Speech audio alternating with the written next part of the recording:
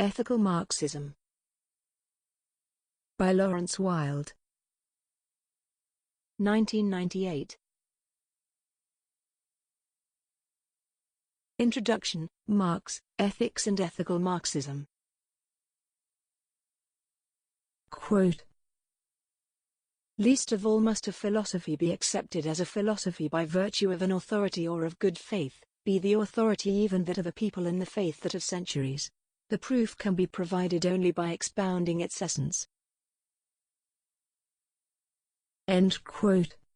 By Karl Marx, Notebooks on Epicurean Philosophy, 1841. Marx disdained ethical discourse and consistently opposed moralistic interventions in the social and political issues of his day, once proclaiming that communists do not preach morality at all. He showed no interest in abstract discussions about how and why individuals ought to act towards each other in a morally defensible way, and he argued that capitalism had either destroyed morality or turned it into a palpable lie. Attempts to build support for socialist ideas on moral precepts were viewed as distractions from the priority of confronting the underlying causes of social misery and the processes of material production. For the most part, the followers of Marx refused to take the question of ethics seriously, and even when Kautsky wrote a book on the subject, he concluded that progress flowed from historical necessity rather than moral ideals such as freedom, equality, fraternity, justice and humanity. In the early part of the 20th century, the German theorists of the Marburg school and the Austrians Max Adler and Otto Bauer attempted to supplement Marx's work with neo-Kantian moral theory, but such a move stands in flat contradiction to Marx's stated position. It has been claimed that the legacy of Marxian and Marxist incoherence on morality has encouraged a crude consequentialism which may justify any means of action by reference to their necessity for the achievement of an end which is only vaguely stated. The horrors perpetrated by regimes claiming allegiance to Marxism, such as those of Stalin and Pol Pot, demand that we take this criticism seriously. How, then, is it possible to talk about the connection between Marx's thought and ethics? Let us assume that ethics and morality are interchangeable terms referring to the consideration of human values, of how we ought to behave towards one another, and of how we ought to live. The emphasis in moral philosophy since Kant has been on duty, of how and why autonomous individuals ought to conduct themselves, but prior to that the question of how we ought to live involved consideration of social and political life. In his Ethics, Aristotle considered that securing the good of the community was something finer and more sublime than securing what is good for the individual. Hegel, reaching back to ancient Greek philosophy, emphasized the irreducible sociality of freedom and the ideal of the ethical community. Marx showed no interest in discussing individual moral duty, but I would argue that a commitment to some form of ethical community is immanent in his analysis of the laws of capitalist production, which is replete with indignant condemnations of the suffering it inflicted on the working class. As Richard Norman has argued, Marx's philosophy challenges the conventional ethical focus on the responsible actions of individuals. The question then arises as to whether Marx's analysis of capitalism implies that its definitive social practices are morally flawed, or unjust, and this will be discussed in Chapter 3. The totality of the harrowing descriptions of working-class life contained in the text and footnotes of Capital may provide the arsenal for a moral attack on capitalism, but Marx did not make such an attack, at least not directly. However, I will argue that his political economy, and indeed his entire social theory, is imbued with an ethic developed in the period from his espousal of communism in 1843 to the first formulation of his theory of historical development in 1846. Marx operated from a conception of human essence as creative social activity, analyzed the way in which it was alienated in the capitalist mode of production, and strove for the realization of this essence in communist society. Much of the evidence to support this interpretation was not available to students of Marx for the half-century following his death in 1883. The comments on James Mill and the Economic and Philosophic Manuscripts of 1844, in which the alienation thesis is central, were first published in 1932. English translations were not published until 1967 and 1959 respectively. The German Ideology, 1845-6, was published for the first time in 1932 and in English translation in 1964. The Grundriss was published in a limited edition in German in the Soviet Union in 1939-41 and in available form in East Germany in 1953. The first complete English edition was published only in 1973. Even published works such as On the Jewish Question and the Holy Family were not readily available, so that the Marxist movement developed with no knowledge of Marx's significant philosophical texts. The body of thought known as Marxism was largely disseminated through the glosses of Engels, who outlived him by 13 years, and Kautsky, leading theoretician of the Second International, neither of whom shared Marx's philosophical subtlety. Under these circumstances it is not surprising that the philosophy of human essence and its alienation, with its ethical connotations, remained hidden. It is to Lenin's credit that he began to understand the philosophical significance of the passages on commodity fetishism in Capital by studying Hegel's logic.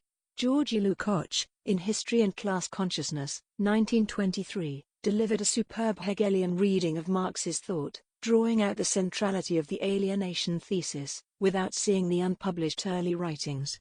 In the same year Karl Korsch published Marxism and Philosophy, which also highlighted the Hegelian influence on Marx's work, and, like Lukács's book, opened up the argument that Engels had failed to grasp Marx's dialectical method.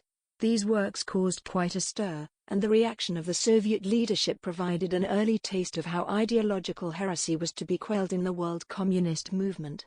Zinoviev, president of the Communist International, warned delegates to the 1924 World Congress that if we get a few more of these professors spinning out their theories, we shall be lost, concluding with chilling finality that we cannot tolerate such theoretical revisionism of this kind in our Communist International. It was the papacy against Galileo 300 years on.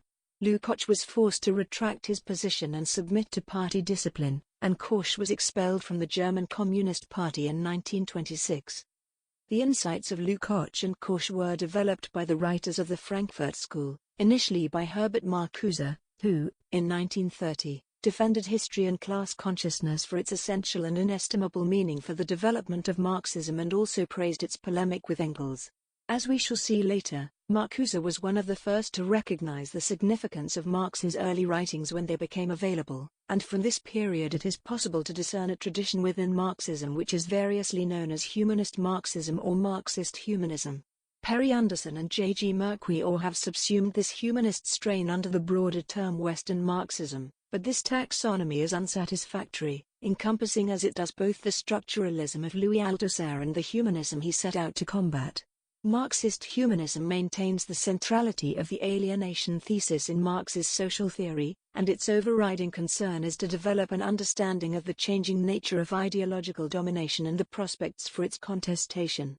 This is still a very broad category, including theorists who resolutely avoided party political affiliation, such as the Frankfurt School and Jean-Paul Sartre, as well as those who managed to work with great difficulties within communist parties, such as Antonio Gramsci, Ernst Bloch, and Henri Lefebvre. The process of de-Stalinization triggered by Khrushchev in 1956 provided an opening in some of the East European communist states for the development of humanist Marxism. These included notable contributions from Adam Schaff and Leszek Kolakowski in Poland, Karel Kosik in Czechoslovakia, and the students of Lukács in Hungary, collectively known as the Budapest School. In Yugoslavia, independent of Soviet domination, the theorists of the Praxis Group developed ideas concerning the overcoming of alienation and statism, and their annual conference on the island of Korčula, 1963-75, provided an international focus for humanist Marxism. In 1965, Erich Fromm brought together 35 contributions from all over the world, both Marxist and non-Marxist, in socialist humanism, which reflected the strength of the appeal of the humanist interpretation of Marx. In the 1960s, a flood of commentaries stressing the continuity of the alienation thesis in Marx's work made a significant impact on social science in Western universities. However, there was a reaction against this interpretation in the following decade, led in the West by Althusser and his followers, who recast Marx as a positive scientist and relegated the humanist and Hegelian elements in his work to the inferior status of ideology. In the East, the shock of the Czechoslovak attempt to establish socialism with a human face in 1968 reverberated through the Soviet system. The authorities clamped down on the humanist theorists, expelling them from universities and banning their works. Socialists advocating democracy could not be tolerated in actually existing socialism. In Yugoslavia, the relative tolerance extended towards the Praxis group was curtailed as their advocacy of wider democracy was seen as a threat by the League of Communists. A renewal of academic interest in the specifically ethical dimension of Marx's thought came about in the 1980s, inspired in many cases by a concern to rescue Marx from the Althusserian interpretation. Writers such as George Brancott, Alan Buchantin, Norman Gerris, Stephen Lukes, Kai Nielsen, Rodney Peffer and Philip Kane began to probe the normative elements of his work. A feature of this literature has been the consideration of Marx's philosophical conception of what it is to be human, and its implications for how we ought to live. It had been widely accepted in orthodox Marxism that human nature altered as material conditions changed, but now it was argued that Marx, as well as appreciating the historical modification of human nature, also conceived of human nature in general, i.e. that which made us essentially human. Gerris comments that even those writers who had been anxious to endorse the enduring importance of the alienation thesis in Marx's social theory were reluctant to grasp the nettle and acknowledge that Marx had a conception of human nature in general, or human essence, from which we were alienated. It is this idea of human essence which I take to be central to what I term ethical Marxism. There are strong links here with Aristotle's philosophy, in which essence ought to be fully realized in existence. For Aristotle, man is essentially rational, and happiness, or eudaimonia, is the goal of rational individuals acting virtuously. It is the duty of the statesman to create the conditions in which eudaimonia can be realized. For Marx, our essence is our capacity for social creativity, and this can be realized only by overcoming the alienation inherent in private property, replacing it with a communist society in which all are free and equal. The emancipation of humanity was to be brought about through the agency of the revolutionary working class. Ethical Marxism, then, sees capitalism as the final obstacle to human freedom, draws out those normative elements in Marx's thought which he left implicit, and extends them to widen our understanding of exploitation and oppression in late capitalism. As a tradition it counts only a few fully paid-up members. I would specify Ernst Bloch, Herbert Marcuse, Erich Fromm, Henri Lefebvre, and Mihailo Markovich, but I will argue that it holds a rich potential for the development of emancipatory theory in the coming century. In his introduction to Negative Dialectics, Theodor Adorno comments that despite Marx's judgment that the philosophers had merely interpreted the world, philosophy lives on because the moment to realize it was missed. Similarly, the question of ethics lives on because the class struggle has not produced the good society. The revolutionary class consciousness which Marx anticipated failed to emerge with the further development of capitalism. Exploitation and oppression persist, but few can see an available resolution. Under these circumstances, Marx's objections to criticizing capitalist society in moral terms and his reticence on the conditions in which true human freedom could flourish may be called into question. What sort of ethics is implied by ethical Marxism? As mentioned above, ethics in this context has more to do with the ancient Greek conception of justice as the virtue of society as a whole than the liberal focus on the actions of autonomous individuals without reference to the structures within which they operate. It directs us to look beyond the approaches to moral philosophy personified by Hume and Kant, which MacIntyre has criticized as the failed Enlightenment project of justifying morality. Ethical Marxism takes seriously the question of how alienation can be overcome so that the human essence of creative social activity can be enjoyed by all citizens. Only when the immense majority gain control over social processes which hitherto confronted them as irresistible and inevitable powers will the prehistory of human society give way to truly human history. Brancott argues that Marx's work has an ethic of freedom, and Lukes concludes that he adopts a morality of emancipation. And while I am sympathetic to these broad characterizations, it is as well to keep in mind Marx's warning not to be deluded by the abstract word freedom. There is a need to examine carefully why Marx considered that human freedom could not be achieved under capitalism, and how he conceived that it could be realized in communist society. However, at this early stage a preliminary comment on the implications of Marx's view of human freedom needs to be made. His vision is meaningful only if we assume an advanced form of radical democracy capable of respecting differences and producing agreements through transparent and popular procedures. Radical democratic practices are the conditio sine qua non for human emancipation as envisaged by Marx. As such, Ethical Marxism necessarily involves an unambiguous rejection of the anti-democratic practices carried out by the world communist movement since the Russian Revolution. There is, of course, nothing new in absolving Marx from responsibility for the practices of Soviet Marxism, but as some commentators regard this as a dubious tactic, I feel it necessary to insist that democracy was not some sort of added extra for Marx. In the manifesto of the Communist Party, Marx and Engels envisaged a socialist revolution conducted by the immense majority in the interest of the immense majority, and they enjoined the working class to win the battle for democracy. Marxist movements everywhere were at the forefront of struggles to win full political democracy before the Russian Revolution, and the most popular title of their parties, Social Democracy, gave a clear indication that they aspired to extend democracy to the economic and social spheres.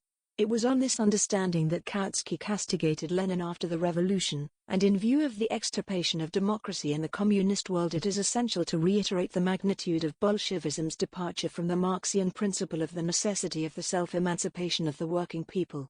Consider two statements about Marx's endeavor from two non-Marxist scholars, Eugene Kamenka and Stephen Lukes. Kamenka concludes that Marx's belief in the rational, free and completely cooperative society of the human spirit was the foundation and driving force of his intellectual and political development. Lukes argues that what is clear is that the ideal society to which Marx expectantly looked forward would be one in which, under conditions of abundance, human beings can achieve self-realization in a new, transparent form of social unity, in which nature, both physical and social, comes under their control.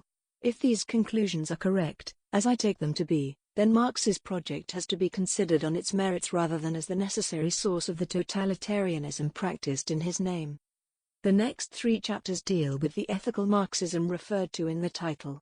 The focus of Chapter 2 is Marx's conception of human essence and its alienation in the capitalist mode of production. The argument as to whether his humanist philosophy was discarded by 1846 or remained an implicit part of his theory of history and later his theory of exploitation is by now a very old one. However, it is worth revisiting with a sharper focus on the question of whether Marx's early conception of human essence was retained, at least implicitly, in his later work. Chapter 3 examines the issues raised by Marx's disdain for moral argument, and in particular his refusal to countenance a socialist conception of justice. I will argue that the key to understanding Marx's ethical position is to be found in his persistent attachment to the philosophy and culture of ancient Greece, and that this helps to throw light on his ideas of justice and freedom and his vision of communist society. Chapter 4 concentrates on the contributions of Marcuse and Fromm, whose work was derided by orthodox Marxist-Leninists on the grounds that they disregarded the idea of class struggle. I will argue that they extended Marxian concepts in an original and searching way and helped to provide theoretical support for new forms of appositional consciousness. Although their contributions to political theory may be regarded as either tentative or utopian, they have the merit of reaching out to emerging emancipatory movements while retaining the Marxian commitment to a classless society free from alienation. The second part of the book deals mainly with the radical critics aspect of the title, covering some recent criticisms which, while acknowledging that Marx was committed to a normative conception of human essence, deem it deficient as a basis for contemporary emancipatory politics. Chapter 5 deals with 2 recent philosophical criticisms of Marx's production-oriented view of human nature, from Jürgen Habermas and André Gorz. For Habermas, Marx's concentration on the paradigm of production blinds him to the importance of other factors which contribute to the development of human rationality, factors which can be analyzed properly only within a discrete paradigm of communication. Habermas recognizes the ethical thrust of Marx's humanism, but considers it inadequate for explaining how and why the cause of human freedom can be advanced. Gorz also recognizes that Marx's work is infused with a normative conception of human nature, but for him it carries authoritarian implications. Both Habermas and Gorz consider that the system or mega-machine of contemporary capitalist society is an anonymous power which is beyond the sort of control which Marx envisaged in his ethic of reappropriating the human essence. I will argue that their abandonment of the Marxian dialectic is done on very shaky grounds, and although their political conclusions are quite different, in neither case do we find a more insightful understanding of the potential for emancipation than that available in the ethical Marxist perspective. Chapter 6 examines important feminist criticisms of Marx's humanism. Alison Jaguar and Elizabeth Mies have both identified the importance of production for Marx in his normative conception of human essence, but they argue that this systematically downgrades women, whose own production of human beings is implicitly consigned to the sphere of the natural rather than the distinctively human. In failing to look at the reproduction of people while analyzing the reproduction of capital, Marx overlooks the specific place of women in the capitalist mode of production and inadvertently smuggles in a male-centered view of human emancipation. I will argue that it is possible to answer these criticisms without disowning Marx's theoretical framework, provided that the idea of human emancipation is elucidated in such a way as to recognize the importance of difference. Chapter 7 explores objections from political ecology to Marx's alleged anthropocentric treatment of non-human nature in general and other animals in particular. Particular attention will be paid to the arguments of British philosopher T. D. Renton, who has sought to transcend the apparently unbridgeable divide between the anthropocentrism imputed to Marx and the ecocentrist standpoint of political ecology. I am sympathetic towards Benton's conclusions, but I think that his attempt to reconstruct Marx's humanism to make it more sensitive to the concerns of political ecology accepts too readily the ecological criticisms of Marx's work. In particular, I will defend Marx's view of the human-animal distinction and argue that the dialectic of Enlightenment thesis at the heart of political ecology was present in use in Marx's work. The conclusion will attempt three things. First, to summarize the ethical content of Marx's thought, to question the reasons for his own rejection of ethical discourse, and to consider how and why his ethic has been developed in ethical Marxism. Second, to locate ethical Marxism in the history of ethical theory. Here I will use Alistair MacIntyre's After Virtue as a point of reference. Finally, in keeping with the spirit of Marx's project, I will proceed to link theory with practice. What implications does the ethical Marxist standpoint carry for emancipatory politics? In an era of capitalist triumphalism, does it make any sense to keep alive the vision of a global society free from exploitation and oppression? The Essentialist Marx. Quote, "Walking upright, this distinguishes man from animals, and it cannot yet be done. It exists only as a wish, the wish to live without exploitation and masters." End quote. By Ernst Bloch. Alienation was the dominant motif of Marx's first foray into the political economy of capitalism in 1844, and he specifies three aspects. Workers are alienated from the product of their labor, from the process of production, from their species being or essential nature, and, as a consequence of these three aspects, humans are alienated from one another. Alienation from species being carries ethical connotations, for it assumes some notion of human essence, asserts a rupture from it, and suggests that we ought to be at one with our essence. What flows from this is a rhetoric denouncing the dehumanization of the worker, and a commitment to communism as the struggle for the reconciliation of existence with essence. I take this to be the ethical foundation for his entire social theory.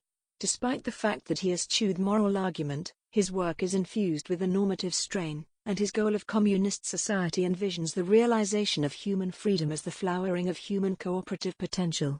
This chapter will examine the origins and early development of this conception of human essence and will attempt to show how it became embedded in his theories of historical development and exploitation.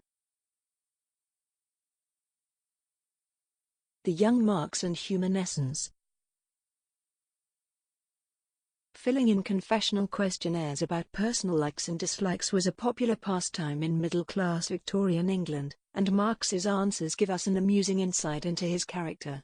For instance, he cites as his favorite maxim nihil humani me alienum puto, I believe that nothing human is alien to me, as his favorite motto de omnibus dubitandum, doubt everything, as his favorite poets Aeschylus, Dante, Shakespeare, and Goethe, and as his favorite prose writers Diderot, Lessing, Hegel, and Balzac.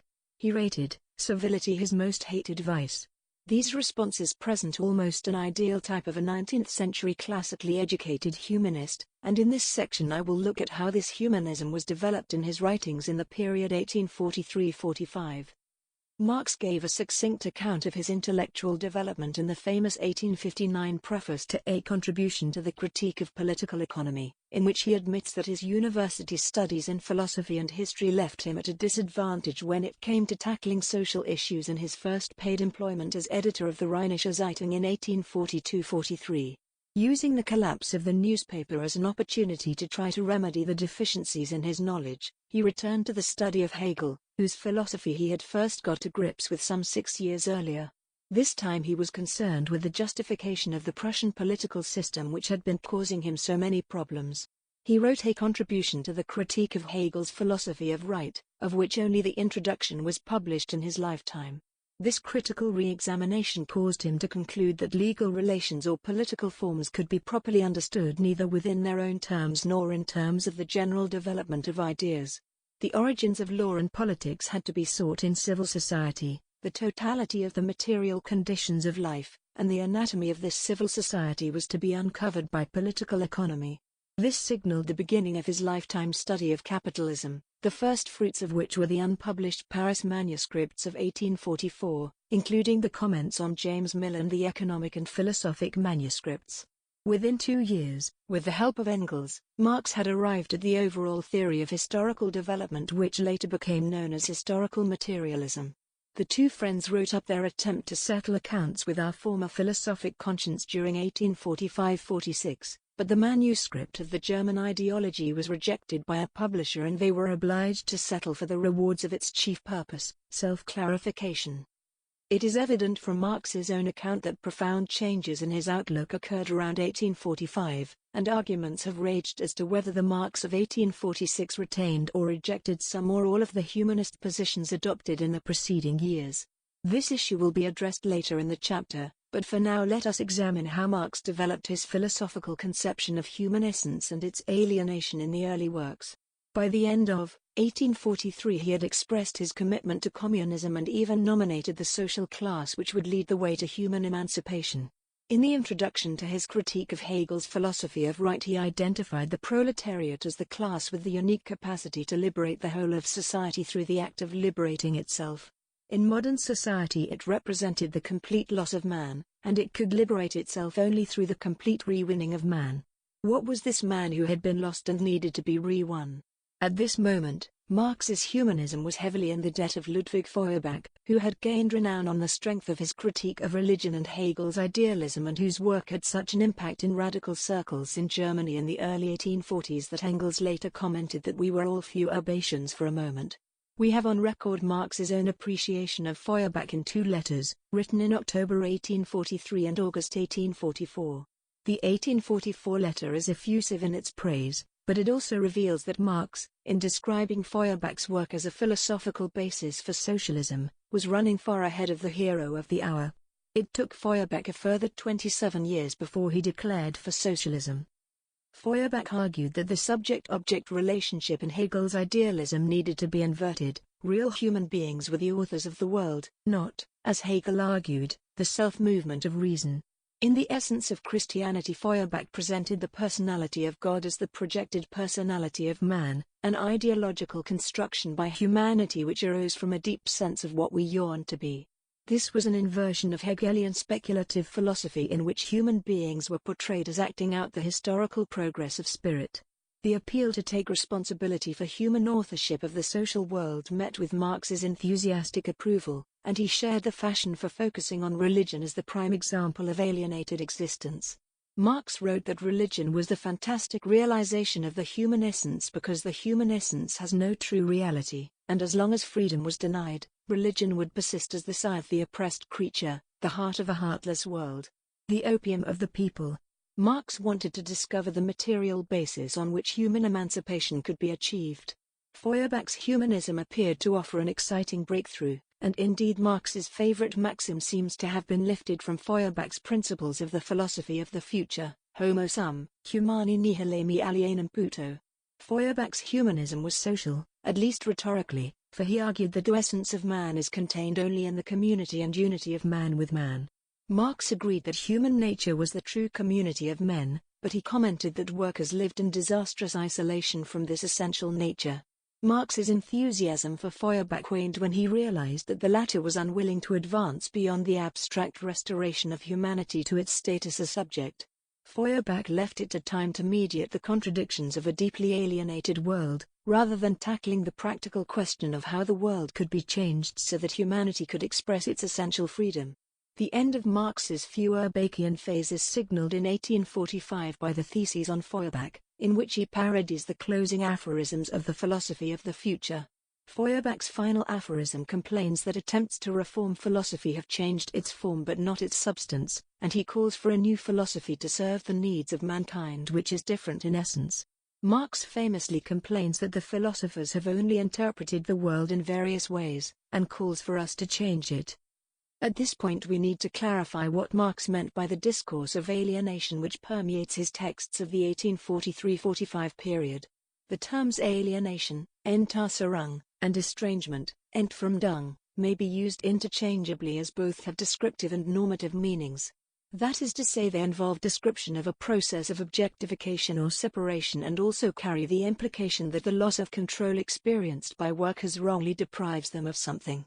In its most emotive expression, used sparingly, Marx refers to the dehumanization of the worker, with the implication that this system of production denies them something which is their due as human beings. Although the boldness of Feuerbach's criticism of Hegel excited Marx, the richer philosophy of Hegel played a more significant role in the development of his own theory of alienation. In the economic and philosophic manuscripts he is full of appreciation for Hegel's achievement in the phenomenology of grasping the self-creation of man as a process, involving alienation and its transcendence through labor, with labor being the essence of man. However, Marx objects that the only labor which Hegel knew was abstractly mental labor leading to a purely philosophical self-confirmation. For Marx, the result was a resolution of alienation in thought only, so that its supersession was, in reality, a confirmation of the alienation.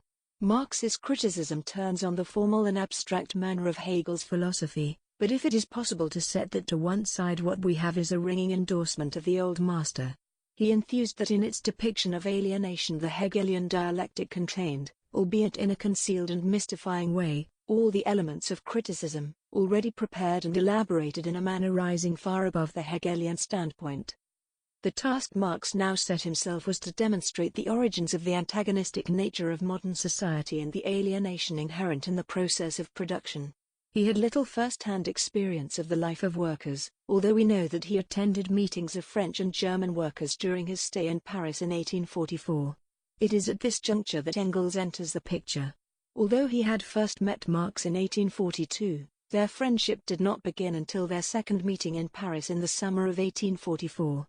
Marx co-edited the Deutsch-Französische Jahrbuch, a journal which appeared only once, in February 1844, and he was strongly impressed by two contributions of Engels, outlines of a critique of political economy and a review of Carlyle's past and present. The work on political economy comprised a critique of the concepts used by the leading bourgeois theorists of the day in order to expose the extremes of wealth and poverty and the instability endemic in a system of production which he condemned as inhuman and immoral. The review of Carlyle was significant because it revealed some of the appalling social conditions which accompanied the development of factory production in Britain.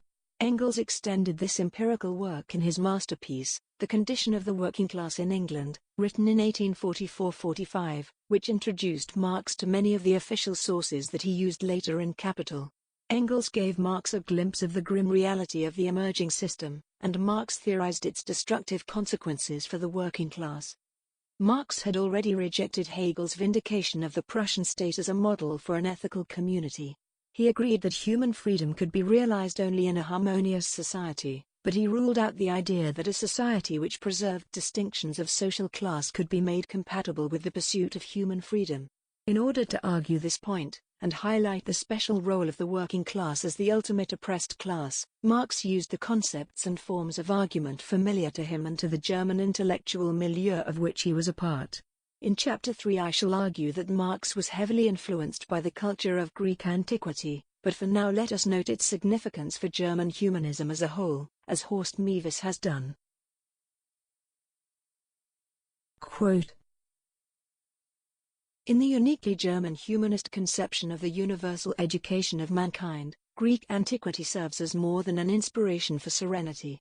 The Greeks, particularly the Athenians, were instead the discoverers of the universal human essence, without having the practical means to realize that essence on a truly universal basis. End quote. Two important aspects of this Greek heritage were the idea of the ethical community and the definition of what it was that distinguished us from other animals and therefore constituted our essence. The Greeks held that humans were essentially social beings, and that only in the process of living together in harmony could their human essence be expressed. Marx expresses this at length in the economic and philosophical manuscripts, reiterating it in the Grundrisse and the first volume of Capital by reference to Aristotle's idea of man as a zoon politikon, political or social animal. The commitment to the creation of a harmonious community was an ethical one because only through this could the human essence be fulfilled, and this was the only way in which people could achieve goodness. In Greek thought, this idea of goodness carried both functional and ethical meanings, involving practical accomplishment as well as a good disposition. The second aspect of Greek thought which was accepted by both Feuerbach and Marx was establishing the human essence by asking what it was that distinguished us from other animals. Aristotle did this, asserting that it was peculiar to man to be able to perceive good and evil, and although perfected man was the best of animals, when isolated from law and justice he is the worst of all. Feuerbach suggested that the difference lay not simply in man being a thinker, but rather that he is not a particular being, like the animals, but a universal being, not limited and restricted but unlimited and free. The senses of animals are often more developed, he argued, but the senses of humans are not in bondage to needs, and indeed humans even possess the ability to make the senses the subject of scientific inquiry. In the manuscripts Marx agrees with Feuerbach that we are universal beings in comparison with other animals, but he goes further in focusing on production, the ability which people have to create products for each other in a consciously planned way, not necessarily dictated by immediate physical need. Quote, in creating a world of objects by his practical activity, in his work upon inorganic nature, man proves himself a conscious species being. Animals also produce, but an animal only produces what it immediately needs for itself or its young. It produces one-sidedly, whilst man produces universally. End quote. From Estranged Labor. Truly human production involves creating with others and for others, in the process demonstrating our volition. Indeed, according to Marx we produce freely only when the production is not demanded by our survival needs, as when creating objects in accordance with the laws of beauty. For Marx, then, we would be truly free only if we undertook social production which was not necessitated by physical want brought on by hunger, cold, fear and such like. Other animals do not have this capacity and their needs are therefore different, but humans, if denied their quintessential capacity by the system of production, are deprived of their freedom. We shall return to the problems raised by Marx's distinction between humans and other animals in Chapter 7, but for now let us simply note what he is attempting to say about what makes us specifically human. Conscious social life activity is what defines our species, but alienated labor transforms our human essence into a mere means to our existence. Work is experienced as deadening compulsion, with the worker feeling free only in functions such as eating, drinking and making love, which, taken abstractly, are animal functions. The fact that these functions are shared with animals does not mean that they are not also human needs which are being met. But Marx is appalled by the fact that our quintessential capacity of social creativity offers no sense of freedom to the worker. Marx talks about the workers losing their freedom in the service of greed and of being depressed spiritually and physically to the condition of a machine. He uses the simile of man's reduction to a machine 3 times in as many pages in the manuscripts, and it recurs in the manifesto of the Communist Party and the first volume of Capital. This perversion of human potential is achieved through the medium of money, which, raised to omnipotence, accomplishes the confounding and confusing of all natural human qualities and turns the world upside down. It is not simply the workers who are alienated in the despotism of the money economy, it is the entire society. The irony is that the same system of production which denies human freedom to all those dependent on it simultaneously exhibits the immense capacity of human creativity. Marx conceives the development of industry in dialectical terms, as presenting both the open book of man's essential powers and the simultaneous perversion of that essence through alienation. The development of technology opens the way for human emancipation by offering the prospect of material abundance, but its immediate effect is the furthering of the dehumanization of man. The achievements of modern production were testament to human creative capability and provided the material possibility for a life without scarcity. But for those who lived by the sale of their labor power, there was little or no experience of creativity or freedom. Marx always remained cautious about specifying precisely how human freedom would be expressed if capitalism were replaced by communist society. He had written to Rouge that they had no business in constructing the future and settling everything for all times. However, he gives some pointers in his early writings. In the passages concluding the comments on James Mill, after lamenting that under capitalism human communication was conducted through the estranged language of material values, he goes on to consider what it would look like if we carried out production as human beings, that is, if we produced things for use rather than for profit. The products would be so many mirrors in which we saw reflected our essential nature, a reciprocal relationship in which work would be a free manifestation of life. In the Manuscripts he described the abolition of private property as the complete emancipation of all human senses and qualities. This somewhat romantic view of how production might be experienced may have been influenced by Charles Fourier and his utopian vision of travail attractive work. Marx was familiar with his work and followed Fourier in deeming the relationship between men and women to be the supreme test of humanity's whole level of development. In modern society, wrote Marx, the position of women as the spoil and handmaid of communal lust reflected the infinite degradation of human existence. Only when this relationship became natural and human could man claim to be a social being. Marx then portrays communism as the real appropriation of the human essence by and for man, the complete return of man to himself as a social being. Later in the Manuscripts he introduces a stage's idea of emancipatory development, with communism being the first act, the negation of the negation, leading to socialism, the ultimate goal of human development. Many of the themes established in the Manuscripts saw the light of day with the publication in 1845 of The Holy Family, the first product of the Marx-Engels collaboration.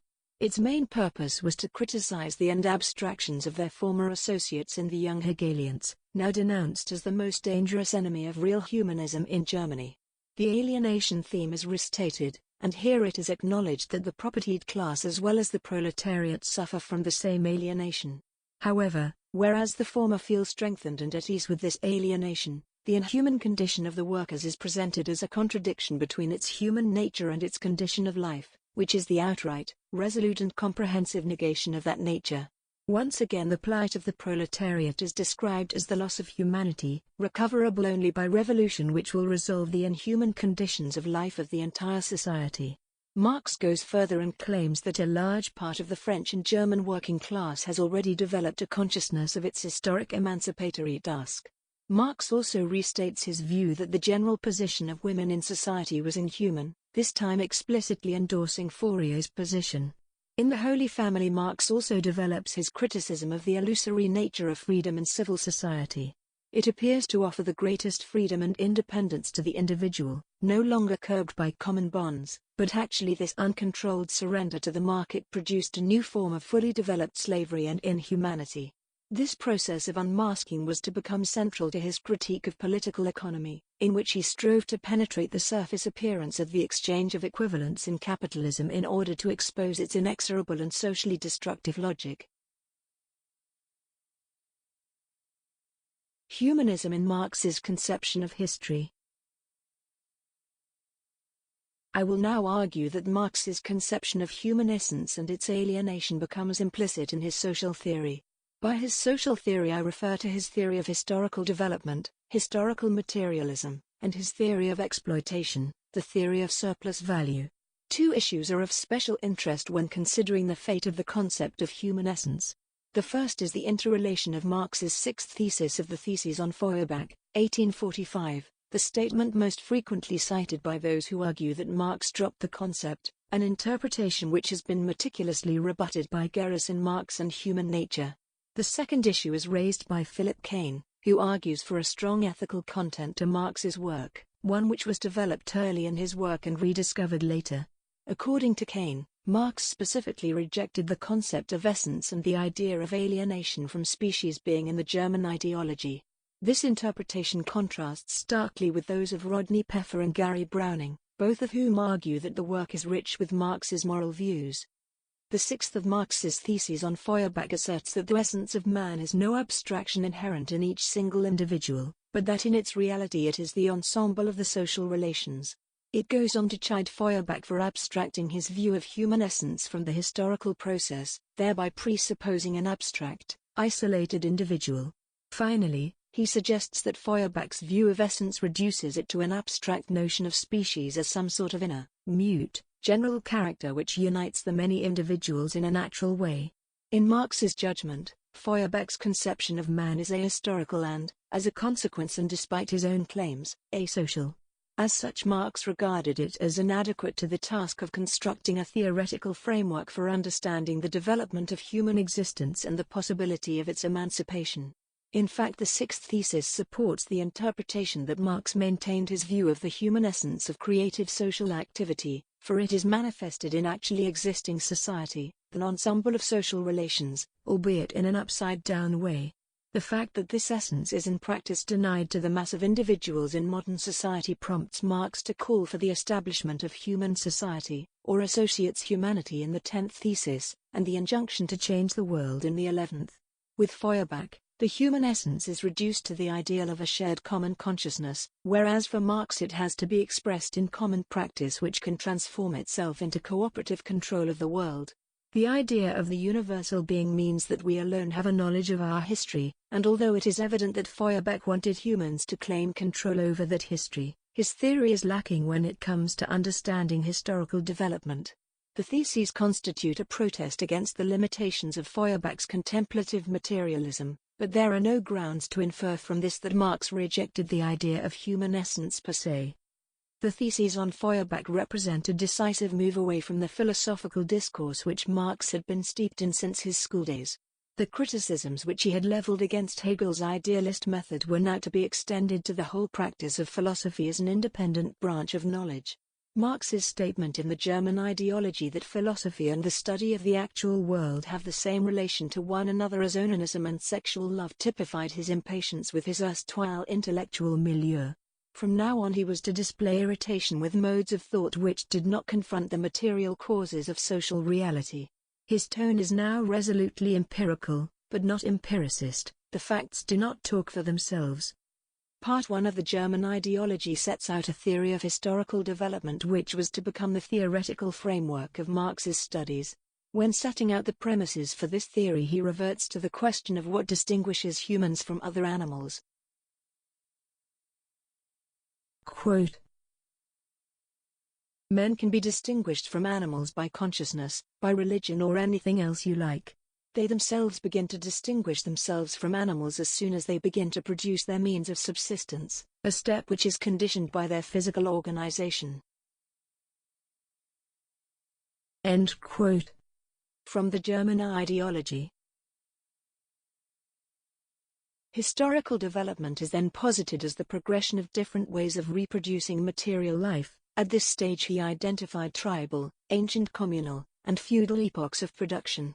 In each epoch ideas of all sorts, including ideas about politics and morality, were conditioned by the development of their productive forces and of the intercourse corresponding to these. In this view, morality, religion, metaphysics, and all the rest of ideology as well as forms of consciousness corresponding to these, thus no longer retain the semblance of independence. They have no history, no development, but men, developing their material production and their material intercourse, alter, along with this their actual world, also their thinking and the products of their thinking. It is not consciousness that determines life, but life that determines consciousness. Decisive historical change occurs not because men have great inspirations, but because the forces of production come into contradiction with the forms of intercourse. In the 1859 preface, this is changed to relations of production.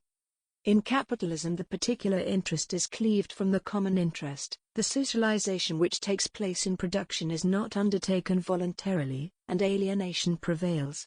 Marx reiterates his conviction that only under communism can alienation be overcome. But when using the word Entfremdung, He displays his recently acquired aversion to philosophical discourse by noting ironically that he is using a term which will be comprehensible to the philosophers.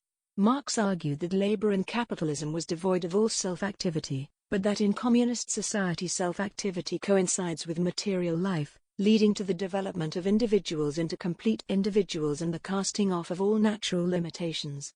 The linguistic shift sees human essence relegated and self-activity preferred, which is similar to the conscious life activity which appeared in the manuscripts. The idea of its appropriation is replaced by the commitment to communism as a practical political project.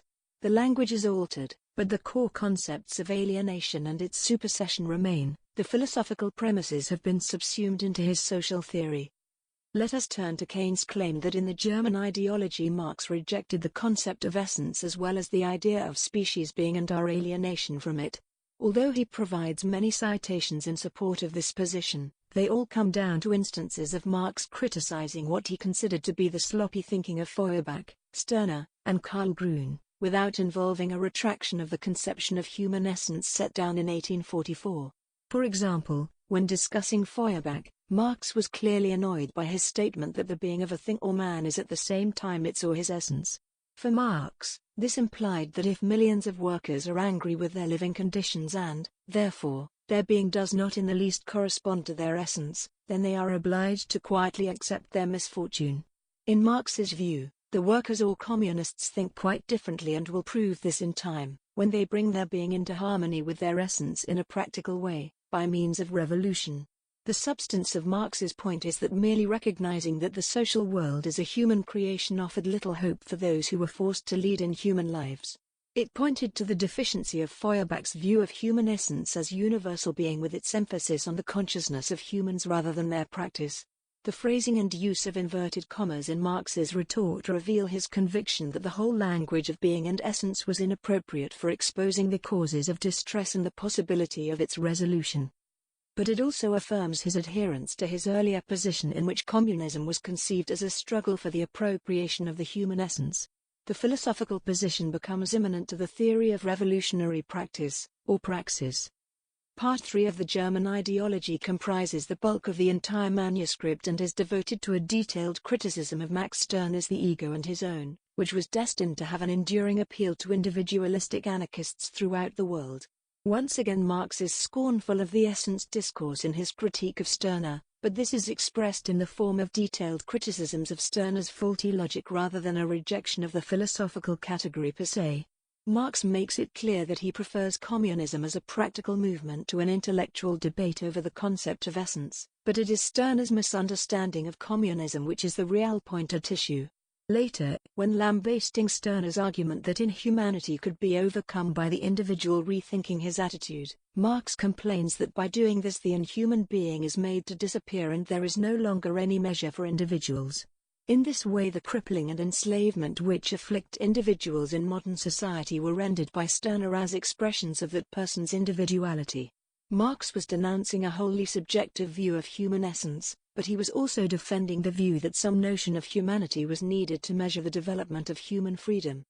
In the discussion of the work of the German true socialists he returns to the attack against their attachment to the concept of the essence of man, on the basis that they were masking ignorance and vacillation with high-sounding philosophical phrases. 69 He concludes that it is necessary to resist all phrases which obscure and dilute still further the realization that communism is totally opposed to the existing world order. 70 At most we can take this to be a warning that the German philosophical discourse was woolly and obstructed theoretical clarity. It does not infer a rejection of the substantive philosophical positions adopted by Marx in 1844.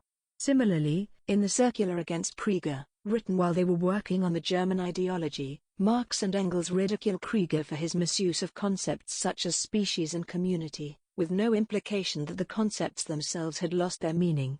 Keynes admits that Marx explicitly refers to the overcoming of alienation, but takes it to mean only alienation from the product and the process of production, not from species being. Yet it was precisely this aspect of the alienation thesis which was original to Marx, compared with Hegel or Feuerbach, and his continued use of the clearly normative and from dung would indicate no substantive retraction of the earlier position.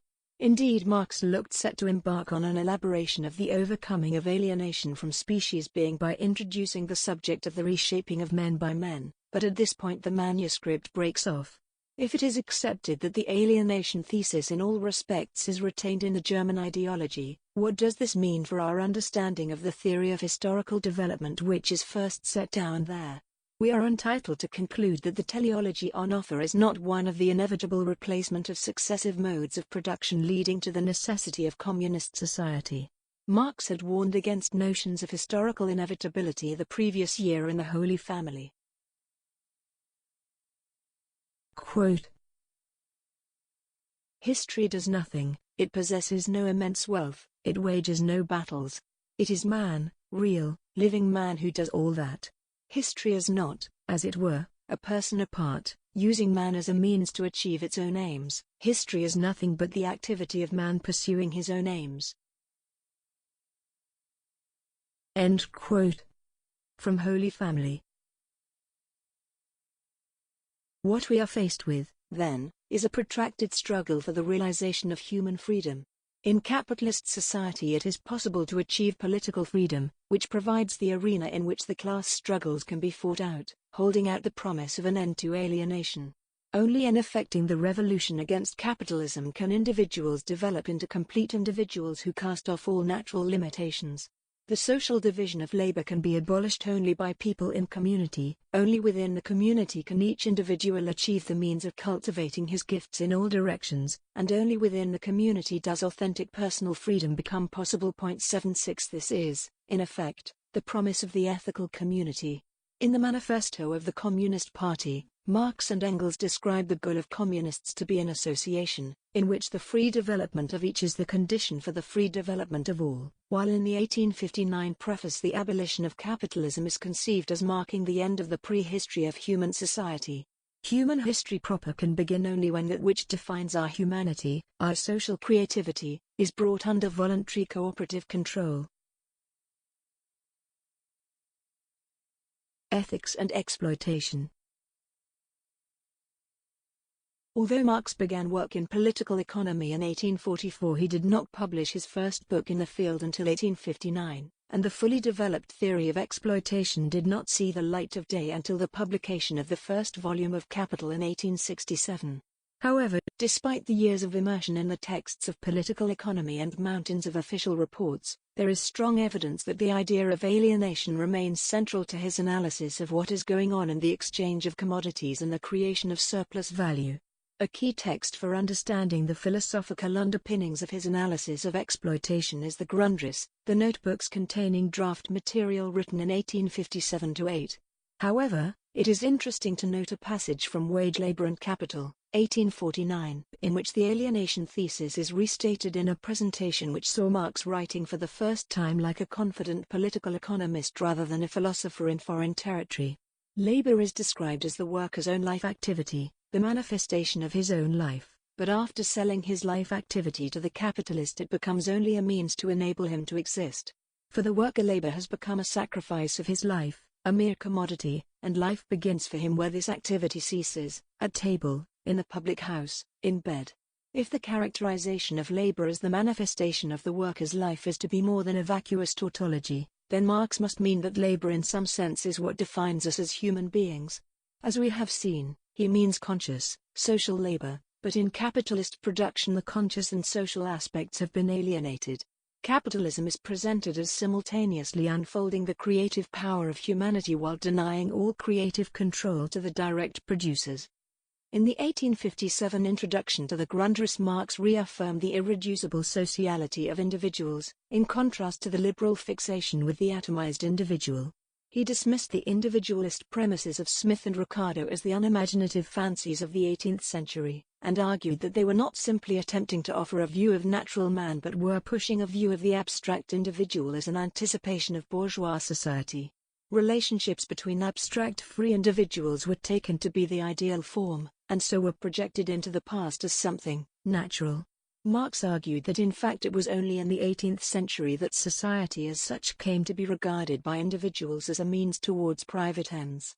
He regarded the idea of production by isolated individuals outside society as being as preposterous as the idea that language could develop without individuals living together.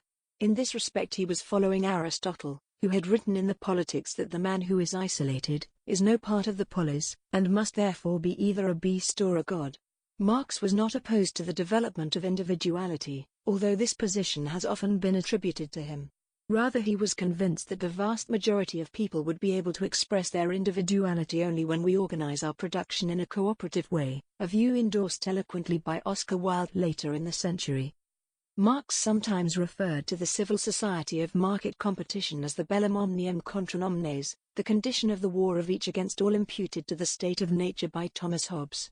As we have noted, the perspective adopted by Marx stood firmly against this form of individualism, as it did for Hegel and also for Rousseau.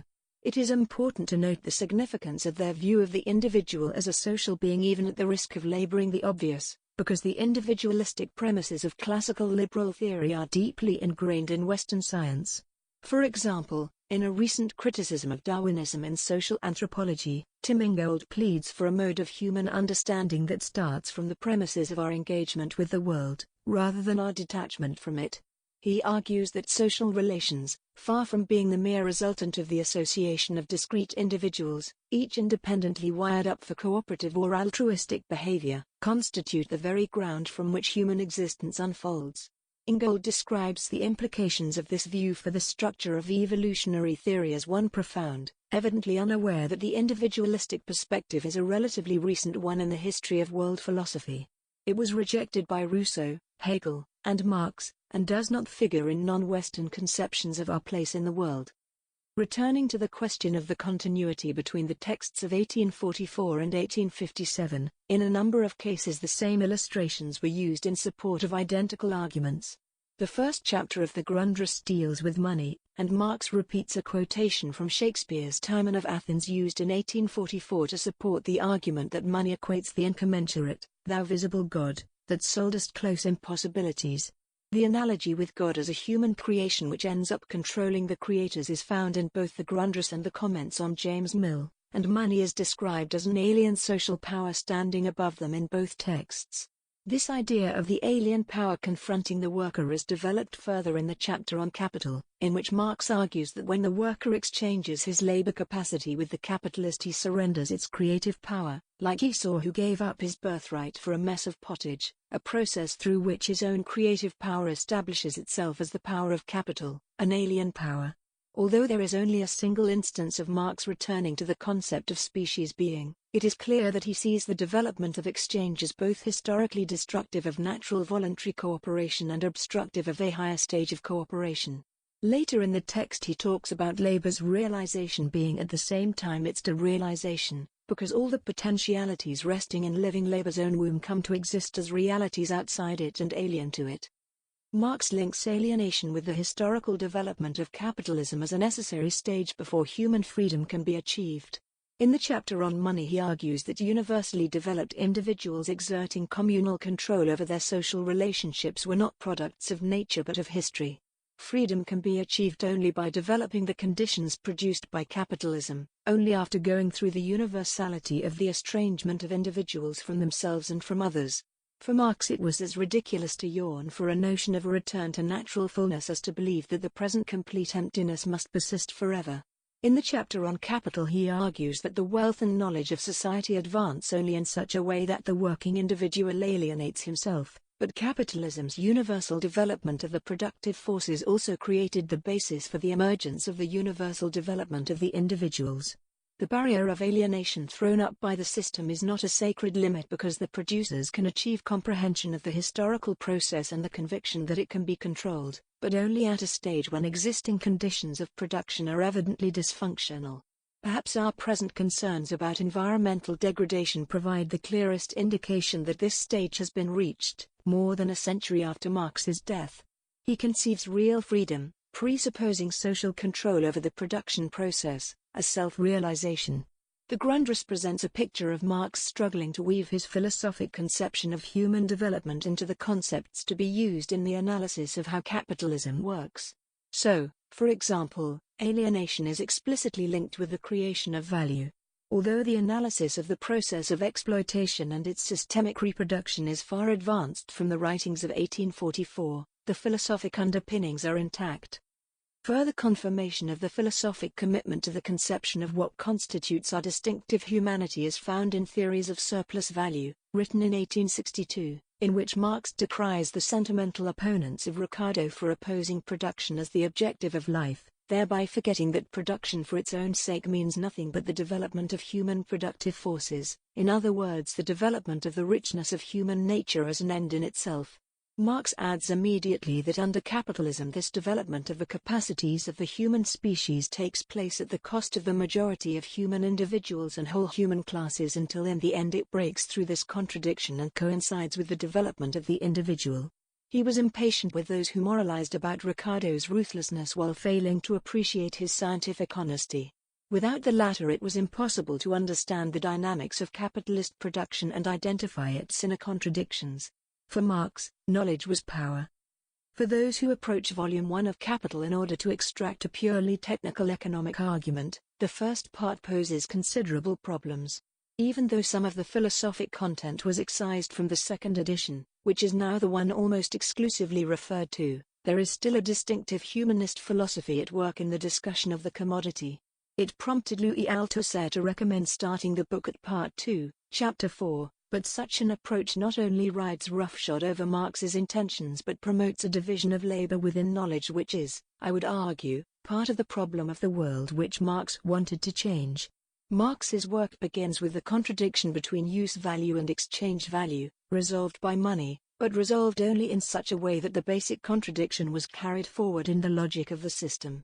In a contribution to the critique of political economy, Marx had argued that a commodity was based on a complex of contradictory premises which centered on its dual aspects of use value and exchange value.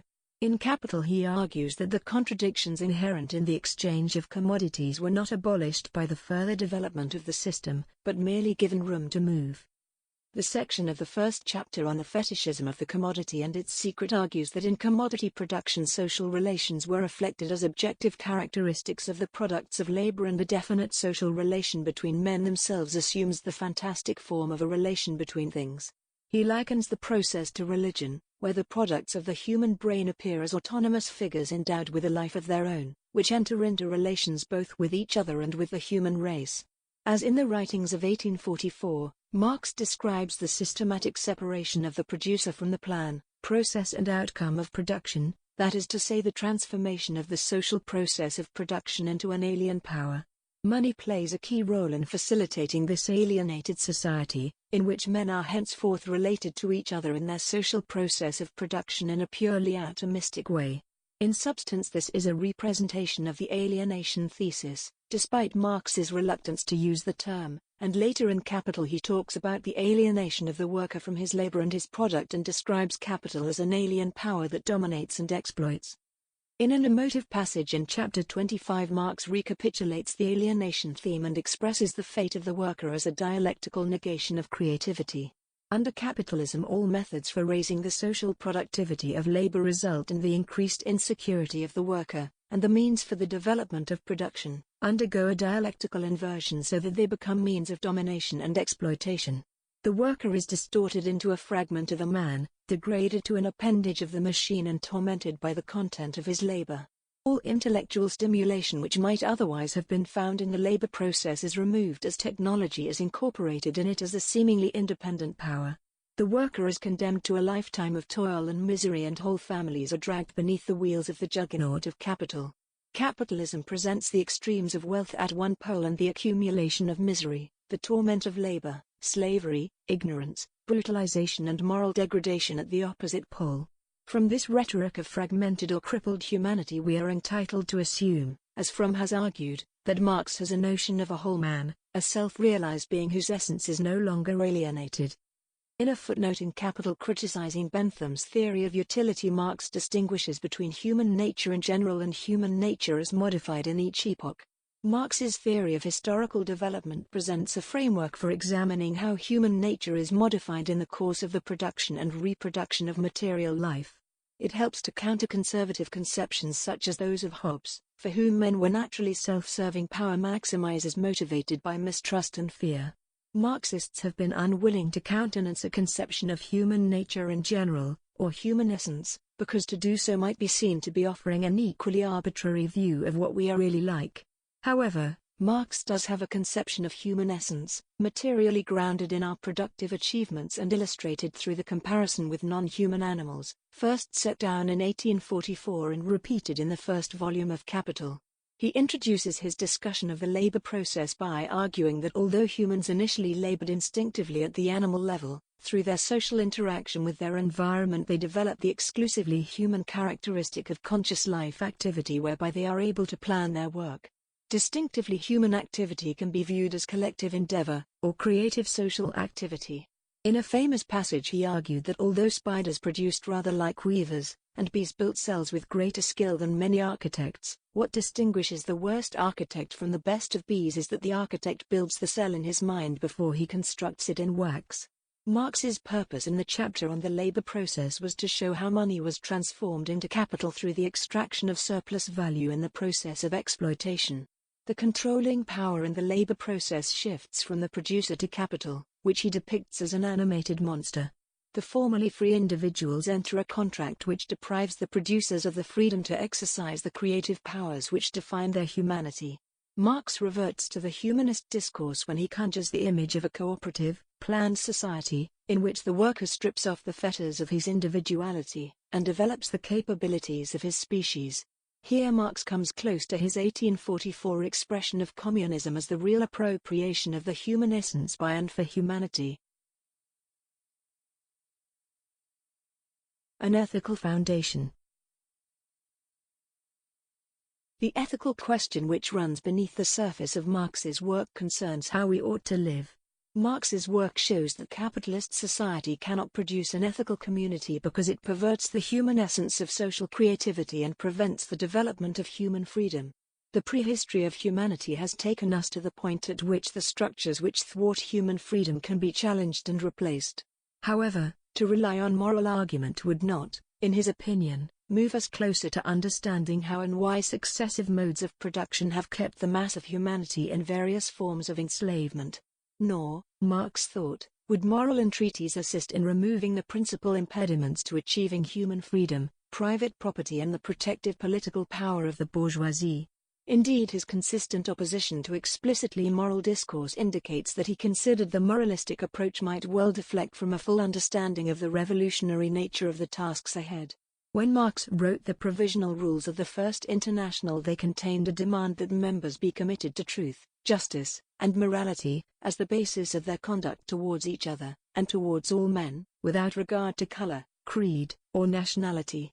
However, in a letter to Engels he reveals that he was obliged by the subcommittee to insert this sentence, as well as another referring to right and duty, adding that these are so placed that they can do no harm.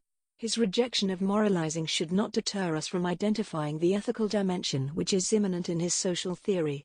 Alienation is not simply a descriptive term in his political economy, but a philosophical term indicating a rupture from our human essence. Its usage is a denunciation of the way we live. Its projected overcoming, in a society of free associated producers, is an ethical commitment to the creation of the good life. The commitment to communist society is an appeal to how we ought to live. The next chapter will attempt to shed further light on the nature and origins of Marx's ethic, and what implications it holds for his conception of communist society. Ethics, Justice, Freedom. Quote, "To call cosmopolitan exploitation universal brotherhood is an idea that could only be engendered in the brain of the bourgeoisie." Marx. End quote. From the speech on the question of free trade. The idea that there is a strong ethical foundation built into Marx's social theory raises a number of questions which will be confronted in this chapter. Marx's own determination to shun ethical discourse has obscured this dimension of his thought, but this should not rule out its re-examination, especially in view of the fact that the revolutionary class consciousness which he confidently anticipated has largely failed to materialize. The ethic revolves around his conception of human essence as creative social activity, its alienation in capitalist society, and the commitment to its full realization as human freedom in communist society. The justice debate. Marx eschewed moral argument, yet there is undoubtedly moral force in his description of the process of exploitation. In recent years this tension has generated a number of debates in North America and Britain, and the major arguments have been discussed with great clarity by Norman Gerris in the journal New Left Review. Gerris argues that there is a real and deep-seated inconsistency in Marx's work between his ethical commitment and his hostility to moral argument. On the one hand, Marx argues that the process through which surplus value is produced is just, as each mode of production has norms of justice appropriate to it. For example, in the third volume of Capital he states that the content of capitalist contracts is just so long as it corresponds to the mode of production and is adequate to it, and he makes the same point in the Critique of the Gotha Program. In the first volume of Capital he specifically denies that an injustice has been done to the seller of labor power when the capitalist makes a profit, or that the seller has been defrauded. On the other hand, Marx condemns capitalism in moral terms which amount, in Gerris's view, to deeming it unjust. In various parts of the first volume of Capital he describes the extraction of surplus value as robbing, stealing, pumping booty out of the workers, and embezzling, and elsewhere he refers to it in plain language as loot and the theft of alien labor time. I am sympathetic with attempts to draw out the ethical content of Marx's social theory, but I feel that Gerris is wrong to designate the tension outlined above as a pervasive contradiction. Furthermore, I think it is possible to explicate Marx's position without resorting to Gerris's conclusion that Marx did think capitalism was unjust but did not think he thought so. Nor do I accept Gerris's more substantial conclusion that Marx implicitly condemns capitalism as unjust by reference to a generalized moral entitlement to control over the means of production, which is, in effect, a natural right. Gerris argues that Marx makes transhistorical moral judgments while simultaneously holding the view that all principles of justice are specific to each mode of production and cannot be used to judge practices in other modes. A number of writers have argued that this does not necessarily involve a contradiction. George Brenkert, Stephen Lukes, and Alan Wood have separately argued that Marx's condemnation of capitalism rested on values such as freedom and self-actualization, but not on a conception of justice based on eternal principles. Joe McCarney has argued that the moral language employed by Marx in describing exploitation need not necessarily be treated at the same theoretical level as the concept of justice. He suggests that in Marx's work we can separate justice, as relativized to a particular social order, from evaluations which have some element of transhistorical meaning, for, after all, it is common enough to regard justice as contextually bound and specifically juridical. I think that McCarney is fundamentally correct here, but Gerris's demand to see some evidence to support the alleged distinction between what is just and what is ethical is a reasonable request. Gerris, in his original article, outlines one way in which the alleged confusion on justice might be resolved. The buying and selling of labor power might be regarded as fair, but the extraction of surplus value which occurs on that basis renders the contract, in Marx's words, a mere semblance or mere pretense. Gerris accuses Marx of resorting to dialectical wizardry in arguing that equal exchange is transformed into unequal exchange. In the Grundrisse he proposes that by a peculiar logic the right of property on the side of capital is dialectically transformed into the right to an alien product, the right to appropriate alien labor without equivalent. In the first volume of Capital he writes that to the extent that commodity production, in accordance with its own immanent laws, undergoes a further development into capitalist production, the property laws of commodity production must undergo a dialectical inversion so that they become laws of capitalist appropriation. Gerris objects that the dialectic here only muddies the water, as the wage relation is either an exchange of equivalents and therefore just, or it is not, and a thing cannot be its opposite. He concludes that the confusion among commentators on this point is therefore a fruit of Marx's own prevarication. This represents a major criticism of the coherence of Marx's dialectical method. It is possible to defend Marx's dialectic by referring to the essentialism which was discussed above. Philip Kane, in his consideration of the debate between Wood and Husami, focuses on the categories of essence and appearance and argues that Marx's position is that capitalism is just, Wood, at the level of appearance but at the level of essence it is unjust, Husami. I think it wiser to go along with Marx's refusal to accept that capitalism is unjust, but I am sure that he felt that in essence capitalism obstructed the development of full human freedom.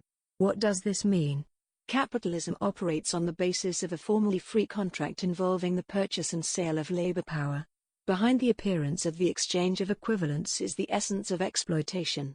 In unmasking the extraction of surplus value hidden behind the rhetoric of the free exchange of equivalents, Marx shows how power is wrested from the producers and represented to them in the forms of money or capital as alien powers standing above them. The worker, when exchanging his labor capacity with the capitalist, surrenders its creative power, like Esau who gave up his birthright for a mess of pottage. The loss of freedom is inscribed in capitalism's defining process, the extraction of surplus value arising from the purchase and sale of labor power. The further development of the system cannot resolve this contradiction but merely brings it to the point where the system itself becomes dysfunctional and a social revolution becomes a real historical possibility. Marx is quite clear that capitalism is just, in the sense that legal justice or right, recht, can never be higher than the economic structure and its cultural development which this determines. How then, is it possible for Marx to inveigh against exploitation, which is clearly not, for him, a value-free term? One way in which he does this is effectively to expose the discrepancy between the claims made by liberals that the system is fair and just and the grim reality of class despotism. The point of describing the labor contract as both just and theft is to point out the gap between appearance and essence in the system and inspire its concrete resolution. This form of moral realism is shown in the quotation at the head of this chapter, and also in remarks made in that part of the critique of the Gotha program dealing with equal right in socialist society. Marx argues that capitalist distribution is the only fair distribution on the basis of the present-day mode of production, just as he had written in the first draft of the Civil War in France that every social form of property has morals of its own. In both instances the inverted commas imply the presence of a more adequate standard of fairness or morality. In the critique Marx argues that under socialism, when private property has been abolished, equal right would involve distribution to individuals according to an equal standard, labor. But as individuals are different in strength and ability, equal right would give unequal rewards. An important point here is that equal right in socialist society is considered an advance on bourgeois society because principle and practice are no longer at loggerheads. In Marx's view, under socialism equal right would cease to be a mere semblance and the standard by which the remuneration operated would be transparent. However, it would still be based on individual reward, with the possibility of creating different sorts of division in society. He prefers, as the distributive principle of the higher phase, of communist society the formula from each according to abilities to each according to needs, presumably achievable through an agreed increase in the free provision of goods and services. His preference for the latter implicitly rests on a conviction that it is fairer than distribution based on individual reward. The question arises as to what standard of fairness Marx is appealing. Sean Sayers has argued that Marx judged capitalism not by trans-historical standards but by socialist standards which develop within capitalism itself. He cites Marx's comments in the third volume of Capital where he speculates that from the standpoint of a higher economic form of society private ownership of property will one day appear as absurd as slavery does in advanced capitalist societies. Sayers' argument is in line with the essentialist and teleological perspective which Marx developed from his encounters with ancient Greece and, of course, with Hegel, and the idea of progress is central to it. Gerus objects that as soon as we introduce the idea of progress we necessarily invoke transcendent criteria which enable us to compare one kind of society with another to see in which respects they are superior. He argues that an appeal to progress does not provide a reason why something should be valued or fought for. Why should socialism be regarded as superior? He insists that if we were to argue that the socialist end of history was morally superior to capitalism we would have to provide suitably general, ethically pertinent criteria for doing so. If we provide such criteria for progress we thereby offer some universal evaluative standards, and disqualify ourselves from saying that Marx did not operate with such standards. I have argued that Marx's projected goal was the fulfillment of the human essence of social creativity. But the possibility of fully realizing this goal cannot come about until certain conditions have been met. The problem with the demand for universal or trans-historical principles of justice is precisely that their formulation is supra-historical.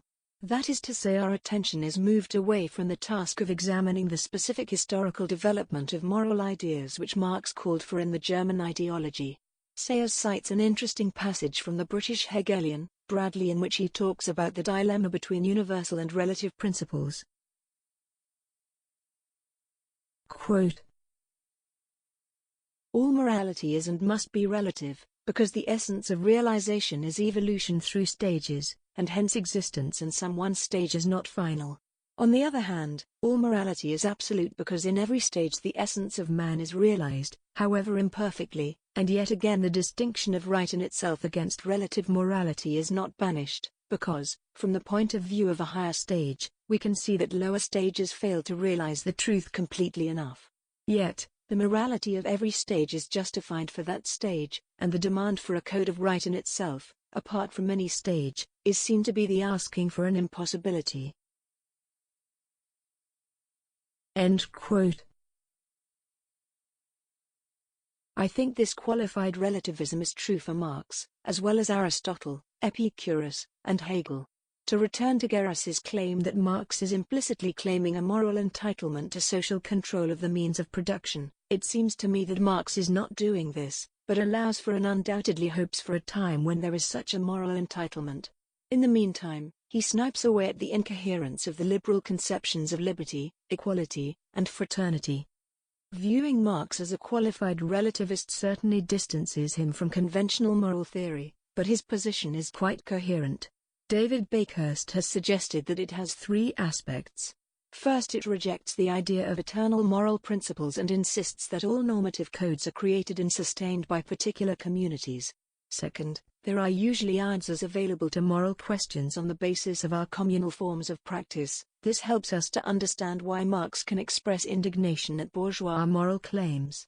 Third, the ability to make moral judgments is a perceptual capacity which has its origin in socialization and will develop with communal activity. Bakehurst's interpretation has the advantage of accounting for Marx's confidence in attacking the hypocrisy of bourgeois moral universalism without presenting an alternative universalism of a similar kind. The morality of a free society would have to be decided by that free society. This moral position is a meta-ethical one which will not deliver a moral code or decision procedure for ethical judgment, which Bakehurst is rightly skeptical about.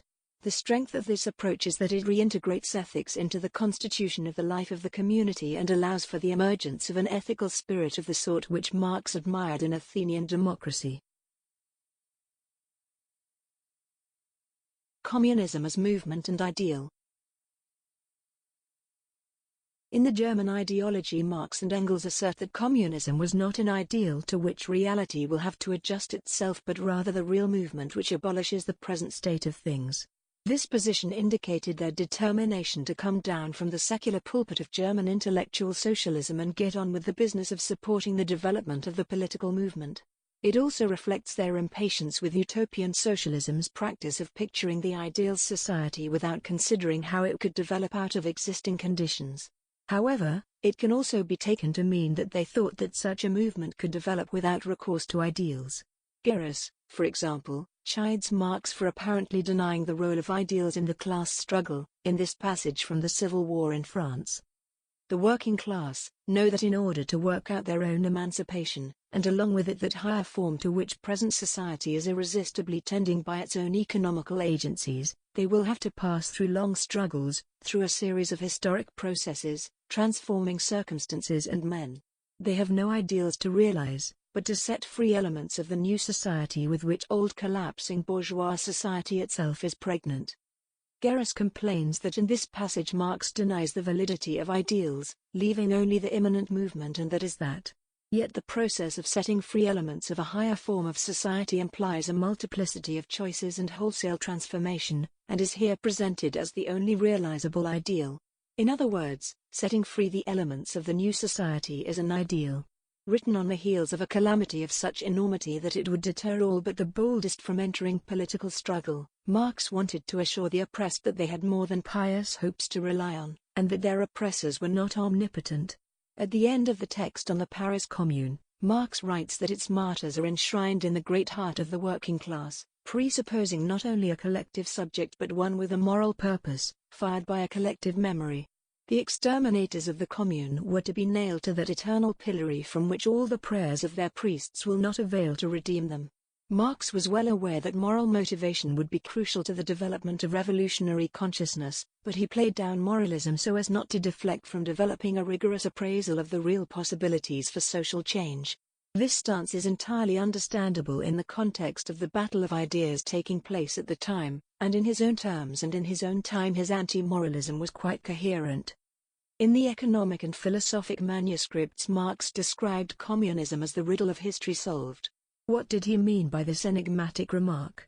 It comes after stating that it would involve the complete return of man to himself as a social, i.e. human, being, a return accomplished consciously and embracing the entire wealth of previous development. The riddle, I think, can be rendered thus: when can history become our history? History is our attempt to make sense of the past, to distinguish the essential from the unessential. It is a demonstration of the universal nature of the species, a quintessentially human act. It is an act of ordering and control, and yet the lived history of class struggles persistently denied control to the subordinate classes. With the emergence of communist politics, Marx sees the opportunity to make history our history, to dictate its course rather than being driven along by it pell-mell. This implied a democracy more radical than anything yet known, glimpsed only in the Paris Commune, the glorious harbinger of a new society. Only in the process of overthrowing the ruling class can the working class rid itself of all the muck of ages and become fitted to found society anew. In effect, he envisaged a global order in which the ethical life is realized, in which we feel ourselves freely developing our potential in socially productive ways, in cooperation rather than in antagonistic competition. In a famous passage in the third volume of Capital, Marx describes how the development of society involves the expansion of the realm of natural necessity in line with the expansion of human needs, but also with the expansion of the productive forces which can satisfy these needs. Freedom comes only when socialized man, the associated producers, collectively control production instead of being dominated by it. However, says Marx, this always remains a realm of necessity, whereas the true realm of freedom, the development of human powers as an end in itself, begins beyond it, though it can only flourish with this realm of necessity as its basis. He adds that the shortening of the working day is the basic prerequisite for this realm of freedom. The language of the passage invokes Aeschylus's Prometheus Bound, in which the first earthly torments of Prometheus are described by the idea of necessity, ananke, endured so that freedom will be secured. Marx has moved beyond the position outlined in the comments on James Mill, in which he depicted the production of basic goods under communism as a fulfillment of human sociality and creativity. This is not to deny that work performed to meet basic needs cannot be satisfying or attractive once exploitation has been removed. Work in a context free from coercion, consciously producing the material basis for a recreative life, can be a rewarding experience. But the realm of freedom is really to be found in what we as individuals choose to do freely, regardless of obligation. He had hinted that this was the true expression of human powers when he stated in the 1844 manuscripts that we only truly produce when free from physical need. Marx's expectations of the future of communism as a movement have not been met. However, in many respects the events of the century have confirmed his insights into the development of capitalism. He predicted the emergence of a truly global system, the concentration of capital in the hands of giant corporations, cyclical crises of increasing intensity, dismissed by all bourgeois social science during the post-war boom, and the reproduction of deep poverty throughout the world system. Marx's political economy stands the test of time well. The real difficulty begins with the prediction that the future will be socialist. Throughout his career he reiterated his conviction that the working class would become a class for itself and lead the way to socialism. The emphasis on structural analysis discouraged separate study of the development of class consciousness, which, it was assumed, would develop as a reflex of objective class position. Just as the peasant thirsted for land, so the worker would thirst for socialism. The idea that socialism or communism would become the natural consciousness of wage earners has been shattered in the course of the century. Marx and Engels were rather negative in their appraisal of the contributions of the utopian socialists, but it is often overlooked that they also praised them for protesting against every principle of existing society and opening up to people the image of the disappearance of class antagonisms. And Norman Garros is right to conclude that today's socialism is utopian socialism, operating as a moral ideal and a protest. The writers whom I identified with the ethical Marxist tradition are those who have been most closely associated with the interface between utopianism and Marxism. It is they who drew out the ethical impulse in Marx's work and began to inquire into the conditions in which consciousness develops and the problems which this poses for those who wish to see the end of capitalism. In the following chapter I will look at the contributions of two of them, Herbert Marcuse and Erich Fromm, with a view to outlining what a more explicitly ethical Marxism might offer to modern emancipatory theory.